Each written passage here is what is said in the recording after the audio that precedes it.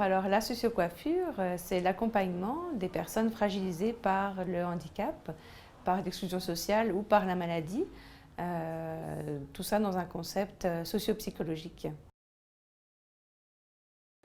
Je me suis spécialisée en oncologie parce que souvent on associe le cancer forcément à la chimiothérapie et donc à la perte des cheveux.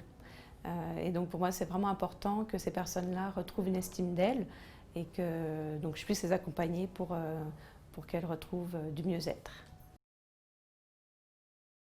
Alors on ne rase pas les cheveux, on fait plutôt une mise à nu du crâne parce qu'on a une image qui va vraiment être associée à la perte des cheveux, donc l'image de la maladie. Et le fait de passer par des coupes progressives permettra d'avoir une meilleure acceptation de soi-même jusqu'à arriver justement à la mise à nu du crâne où, voilà, où là on voit moins l'aspect des cheveux longs tombés. Et psychologiquement c'est plus facile d'accepter ça.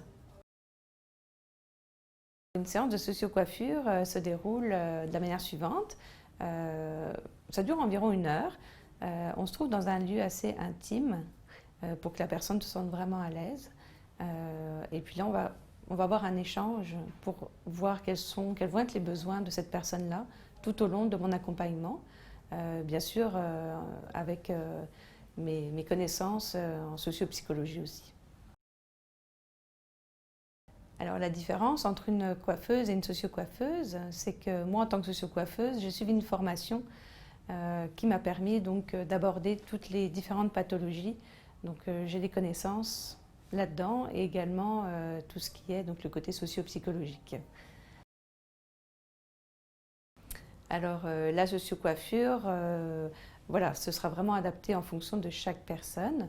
Donc on va commencer bien évidemment par déterminer les besoins. Ensuite on aura les différentes coupes progressives jusqu'à la mise à nu du crâne si besoin, bien évidemment.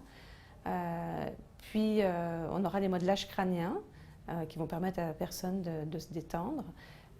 Et puis le retour ensuite, quand les séances de chimiothérapie sont terminées, là, le cheveu recommence à pousser. Donc à nouveau on refait des coupes progressives jusqu'à retrouver sa coiffure normale. Je suis là pour vous accompagner dans votre processus d'adaptation à votre rythme et tout ça pour votre mieux-être.